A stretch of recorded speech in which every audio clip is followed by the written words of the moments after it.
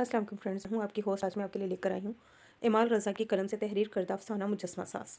Channel کو subscribe کریں، video کو لائک کریں اور بیل آئیکن کو پریس کر دیں تاکہ آنے والی نیو نوٹیفیکیشن آپ کو بر وقت مل سکے۔ ایک مجسمہ ساز کی کہانی۔ اسے ہر صورت اول انعام جیتنا تھا، پھر چاہے وہ کوئی پتھر کا مجسمہ بناتا یا کسی جیتے جاگتے انسان کا۔ ساری بات خاموشی کی تھی اور بڑی خاموشی سے شروع ہوئی تھی۔ خاموشی مجسمہ ساز کے نئے مجسمے کا نام تھا، جس پر اس نے پورا 1 سال دن رات محنت کی تھی۔ دن رات کے الفاظ کم ہیں، اس نے پہروں کو گنے بنا اس پر کام کیا تھا۔ خاموشی پر بڑی خاموشی سے محنت ہوئی تھی، اتنی کہ مجسمہ ساز خود بھی خاموش ہو کر رہ گیا تھا۔ ان دنوں اسے کسی چیز کی پرواہ نہیں رہی تھی سوائے اپنی خاموشی کے۔ خاموشی کا گل تصور ایک لڑکی تھی، لڑکی جو ندی کنارے بیٹھی ہوئی، ندی کے پانی کو گھورتی ہوئی، خاموش اور ساکت تھی۔ یہ مجسمہ ساز کی ذہنی اختراع نہیں تھی۔ پہاڑی علاقوں کے سیر کے دوران وہ واقعی میں ایک لڑکی کو روز دیکھا کرتا تھا، جو صبح سے شام تک ندی کے پاس آ کر بیٹھ جاتی اور پانی میں اپنا عکس دیکھتے ہوئے بیتے دنوں کو کھوجا کرتی تھی۔ باقی کی کہانی مجسمہ ساز کے تخلیقی ذہن میں خود بخود بنتی چلی گئی۔ لڑکی ندی کنارے پتھر پر بیٹھی ہے، وہ اپنے محبوب کو یاد کر رہی ہے، اس کی آنکھ بھرنے کے قریب ہے، وہ خاموش ہے۔ جو اس برس بھی اس کا محبوب سرحد سے واپس نہ لوٹا تو وہ اسے پھر کبھی نہیں پا سکے گی۔ اپنے اوپر ہونے والے ستم کے احساس سے لرزہ خاموش بیٹھی لڑکی کا مجسمہ خاموشی۔ کہانی تو انہی دنوں میں مکمل ہو گئی تھی۔ مجسمہ پورے 12 تو دیوا ماہ میں مکمل ہوا تھا۔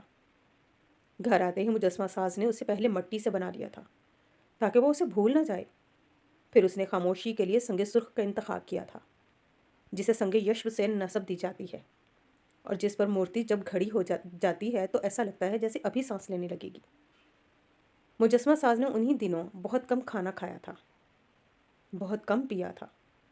وہ راتوں کو اٹھ کر بیٹھ جاتا تھا جیسے کسی ڈراؤنے خواب نے سے جاگا ہو، اور اٹھ کر مجسمے کے پاس آ کر پھر سے مجسمہ بنانے لگتا۔ اسے جیسے وہم ہو گیا تھا کہ زندگی ایسے اس مجسمے کو پورا کرنے کی مہلت نہیں دے گی، اور اس کا وہم یقین میں بدل کر رہے گا۔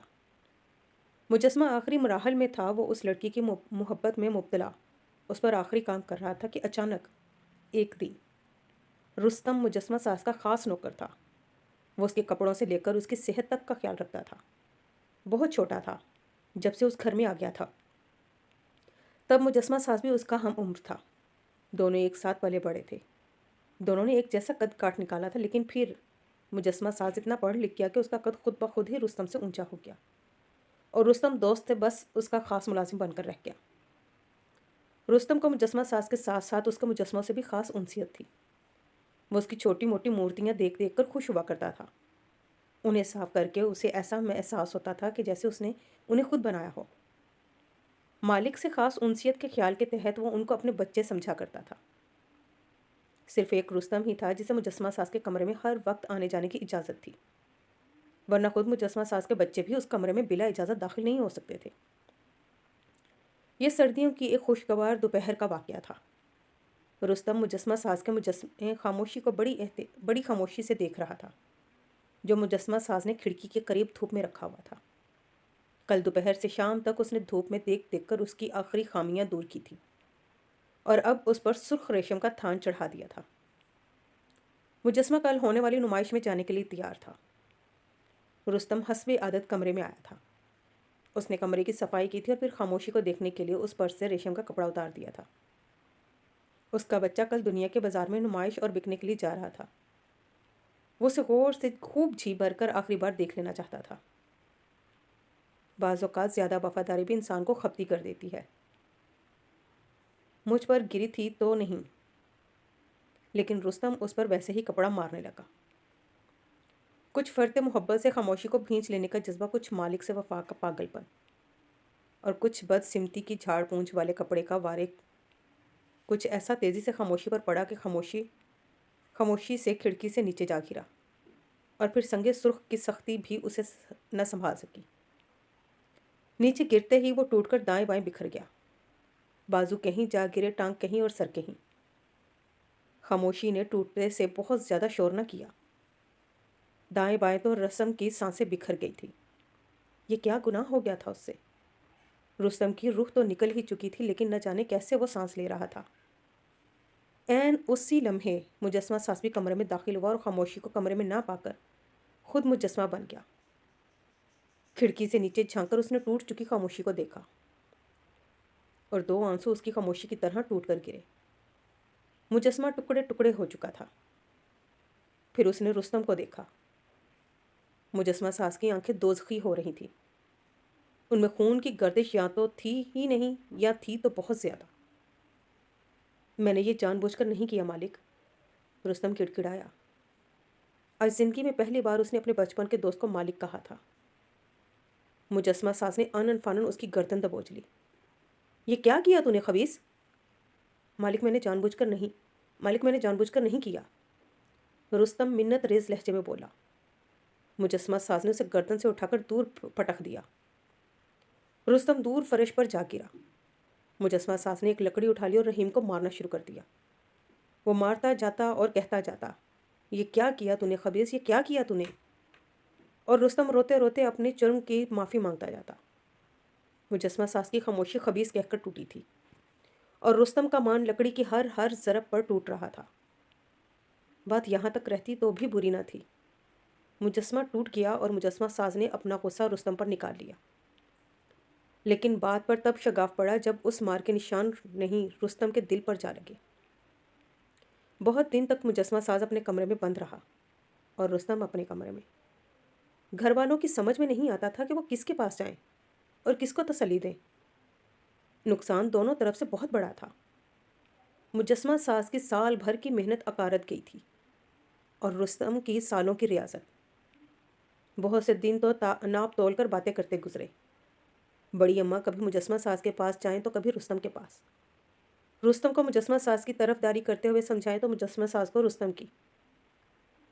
کوئی بات نہیں، مالک نہیں ہے وہ تیرا، بڑا بھائی ہے۔ بڑا بھائی بھی تو غصے میں مار دیتا ہے نا۔ رستم کوئی جواب نہ دیتا تو اماں مجسمہ ساز کے پاس جاتی۔ نہ معصوم بچہ ہے، جان بوجھ کر تو نہیں کیا نا اس نے یہ سب۔ دیکھو کتنا نادان ہے۔ کل مجھ سے کہہ رہا تھا کہ کوئی اچھی گوند لا دے مجھے، میں مجسمے کو پھر سے جوڑ دوں گا، پیسے میری تنخواہ میں سے ہر ماہ کاٹ لیجیے گا، پاگل نہ ہو تو۔ اماں کہہ کر خود ہی ہنسنے لگی اور پھر کچھ سوچ کر بولی، کیا گوند سے مجسمہ جڑ جائے گا؟ مجسمہ ساز نے اس سوال کے جواب میں قریب پڑا گلدان فرش پر دے مارا۔ اماں سمجھ گئیں کہ نہیں جڑ سکتا۔ پھر کچھ دنوں کے بعد دونوں کے معمولات میں تبدیلی آ گئی۔ مجسمہ ساز کو کال آ گئی کہ اگلی نمائش کے لیے پھر سے کوئی اور مجسمہ تیار کرے۔ مجسمہ ساز نے صاف انکار کر دیا۔ خاموشی کے ختم ہونے کے بعد اس کے اندر خاموشی نے جنم لے لیا تھا، لیکن وہ بھول رہا تھا کہ وہ ایک تخلیق کار تھا جو کھائے ہے بنا تو رہ سکتا ہے، لیکن تخلیق کیے بنا نہیں رہ سکتا۔ اس کا ذہن بڑے چپکے سے کوئی اور مجسمہ سوچنے لگا تھا اور وہ ذہن کی اس چال کے خلاف جا رہا تھا۔ رستم بستر سے اٹھ گیا۔ خاموشی کے ٹکڑے جو اس نے اپنے کمرے میں ان کے کر لیے تھے ان کو دیکھ دیکھ کر وہاں روتا رہتا تھا۔ گھر کے سارے کام وہ بڑی خاموشی سے کرتا تھا، جیسے وہ کھلونا ہو۔ گھر والوں کو کیسے سارے کام مکمل مل جاتے تھے وہ نہیں جانتے تھے۔ رستم چلتا پھرتا تو نظر آتا تھا، لیکن گھر میں سے جیسے اپنا وجود سمیٹ چکا تھا۔ بات کرنے پر بھی وہ بس ہوں ہاں ہی کرتا تھا اور زیادہ بات چیت نہیں کرتا تھا۔ رفتہ رفتہ گھر والوں نے اس نئے رستم کو قبول کر لیا۔ اپنے سارے کام کر کے وہ برآمدے میں جا بیٹھتا اور پکے فرش پر پڑی کنالی میں سے مخملی پروں والی کتھئی چڑیوں کو باجرہ چنتے دیکھتا رہتا۔ اس کا وجود اس وقت اتنا کم حیثیت ہوتا تھا کہ چڑیا شک کو اس سے ڈر نہیں لگتا تھا۔ اس کا سایہ لیا ہوتا اور پھر لیے سے چھوٹا ہوتا گیا، خود اس کے قدموں سے ملنے لگ جاتا۔ ایسے میں گھر کا کوئی فرد اسے کسی کام کے لیے آواز دیتا بھی تو وہ نہ سن پاتا۔ گھر والے اس کو آ کر دیکھتے اور مطلوبہ کام کو خود ہی کر لیتے۔ وہ پشیمانی کے ان لمحوں میں قید ہو رہا تھا جس میں سے اس کا باہر نکلنا مشکل تھا۔ دکھ، احساس سے جرم اور بھرم ٹوٹ جانے کے کرب نے اسے اس کی ذات کی کال کوٹری میں قید کر دیا تھا۔ اور ایسے ہی لمحوں میں مجسمہ ساز نے رستم کو دیکھ لیا۔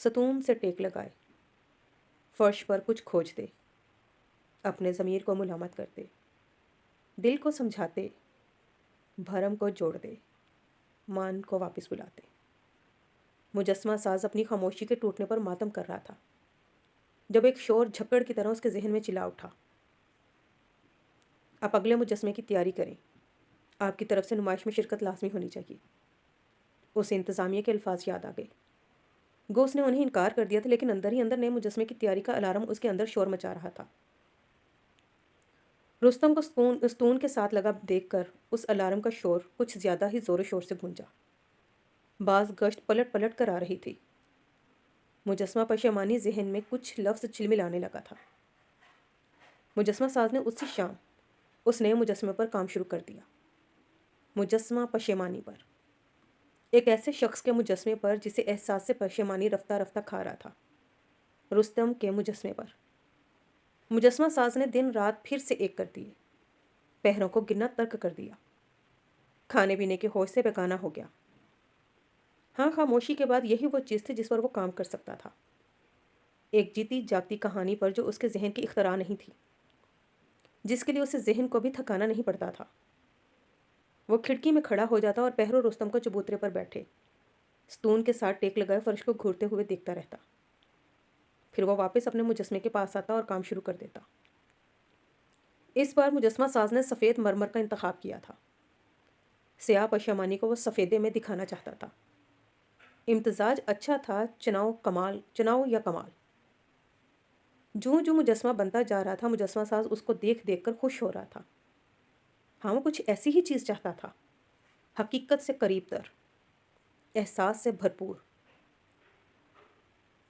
آگسٹ روڈن کے مجسمے، دا تھنکر کی طرح۔ اماں مزید کچھ دن تو خاموش رہیں، پھر انہوں نے مجسمہ ساز کی خبر لی۔ تم دونوں نے بچپن ایک ساتھ گزارا ہے، میں ہمیشہ تم دونوں کے ایک جیسے کپڑے لاتی رہی ہوں۔ جب میں نے تم میں اور اس میں فرق نہیں رکھا تو تم کیوں کر رہے ہو؟ وہ اپنی ذات میں رفتہ رفتہ گھل رہا ہے اور تمہیں کوئی پرواہ ہی نہیں۔ میں کہتی ہوں ایک مجسمہ ہی تو تھا، ٹوٹنے والی چیز بھی ٹوٹ گئی، اب کتنا ماتم کیا جائے اس پر؟ اتنا تو کسی کے مرنے پر بھی نہیں کیا جاتا۔ تو آپ کیا چاہتی ہیں مجھ سے؟ اسے جا کر ایک بار گلے سے لگا لو، وہ سب کچھ بھول جائے گا۔ میں جانتی ہوں اسے، لمحہ لگے گا اور اس کا دل پہلے کی طرح شفاف ہو جائے گا۔ لیکن مجسمہ ساز اسے کیسے گلے لگا سکتا تھا؟ اس طرح پھر اس کے اپنے مجسمے کا کیا بنتا؟ نہیں، ابھی نہیں۔ جیسے ہی مجسمہ مکمل ہوگا میں اسے گلے لگا لوں گا، مجسمہ ساز خود سے کہتا۔ مجسمے اور رستم میں سے وہ کسی ایک کی قربانی دے سکتا تھا، اور اس نے اپنے مجسمے کو تو ہرگز نہیں دینا تھا، اب کی بار تو ہرگز نہیں۔ بس کچھ اور دن، وہ رستم کو دیکھتا اور اپنے مجسمے پر کام کرتے ہوئے خود سے کہتا۔ کمرے میں اب کوئی نہیں آتا تھا، مجسمہ ساز کو نہانے دھونے تک کا ہوش نہیں رہا تھا۔ وہ دن کے 24 گھنٹے اس مجسمے پر کام کر رہا تھا۔ رات میں وہ چپکے سے رستم کے کمرے میں جاتا، رستم سو رہا ہوتا، مجسمہ ساز اس کے چہرے کو دیکھتا اور دیکھتا رہتا۔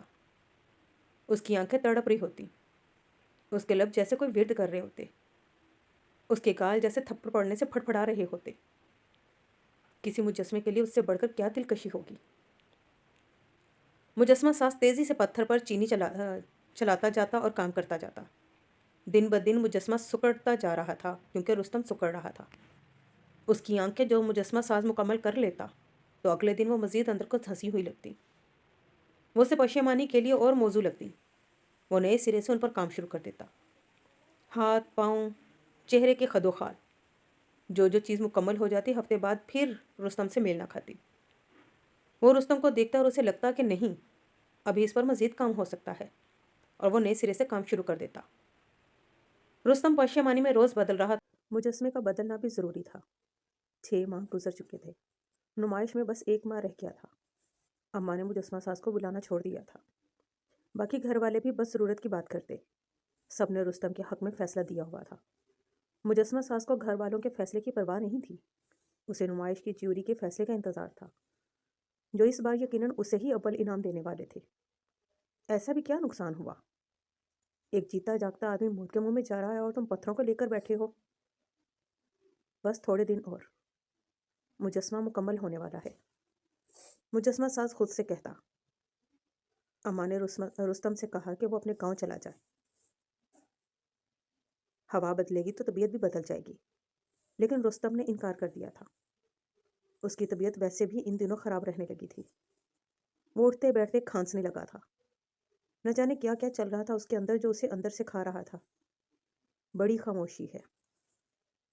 جس دن نمائش تھی اس سے ایک دن پہلے رات کو رستم کی طبیعت زیادہ بگڑ گئی۔ اماں دوسرے ملازموں کے ساتھ مل کر اسے اسپتال لے گئیں۔ جانے سے پہلے وہ مجسمہ ساز کے کمرے میں آئی تھی۔ جو سے کچھ ہوا تو تم اس گھر میں پتھروں کے ساتھ سر مارتے رہ جاؤ گے۔ کیسے مجسمہ ساز ہو؟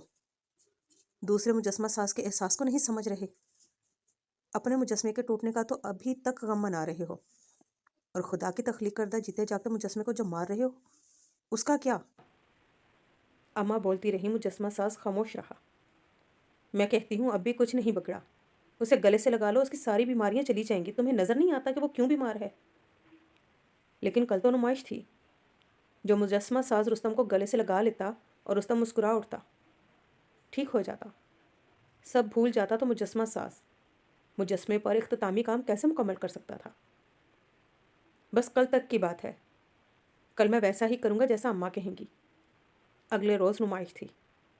مائک پر لڑکی نے پہلے مجسمے کا نام بھرے پرے حال کو بتایا اور پھر سرخ ریشم کا تھان پشمانی پر سے اتار دیا۔ اندر کی پشمانی اریاں ہو چکی تھیں۔ حال کے ہجوم نے مجسمے کو دیکھا اور وہ دنگ رہ گئے۔ ایک آدمی جو چبوترے پر بیٹھا ستون سے سر ٹکائے ہوئے تھا، جرم کے احساس سے لرزاں لب، دکھ سے تڑپتا دل۔ لوگ اٹھ کھڑے ہوئے۔ ججز بھی اپنی اپنی جگہ کھڑے ہو گئے۔ واضح ہو گیا کہ اس بار اول انعام کا حقدار مجسمہ سازی ہے۔ بھرپور انداز میں تالیاں بجائی جا رہی تھیں۔ عین اسی وقت دور اسپتال میں رستم نے آخری سانس لی۔ حال میں بیٹھے مجسمہ ساز کے دل میں ایک چبھن سی ہوئی، یکدم چھن سی اٹھی۔ نہ جانے کیا ہوا، کوئی الہام یا ندا۔ مجسمہ ساز اٹھ کر باہر کی طرف بھاگا۔ رستم کی موت ہو گئی ہے، بھاگ کر آتے ہوئے ملازم نے بتایا، اور مجسمہ ساز وہیں ایک بھی نہ ٹوٹنے والے مجسمے میں بدل گیا۔ رستم اپنے وجود سے اپنے گناہ کا کفارہ ادا کر چکا تھا، لیکن مجسمہ ساز اس کے پاس اب کچھ نہیں بچا تھا، ماں سوائے اس کے کہ وہ اپنے اول انعام کو رستم کی قبر کا خطبہ بنا دے۔ اندر ایک پتھر کی پشمانی پر تالیاں بجائی جا رہی تھیں اور دور ایک جیتی جاگتی پشمانی موت سے جاتی تھی۔ افسانے کو سن کر اپنی قیمتی رائے ہمیں کمنٹ باکس پر لازمی دیجیے گا۔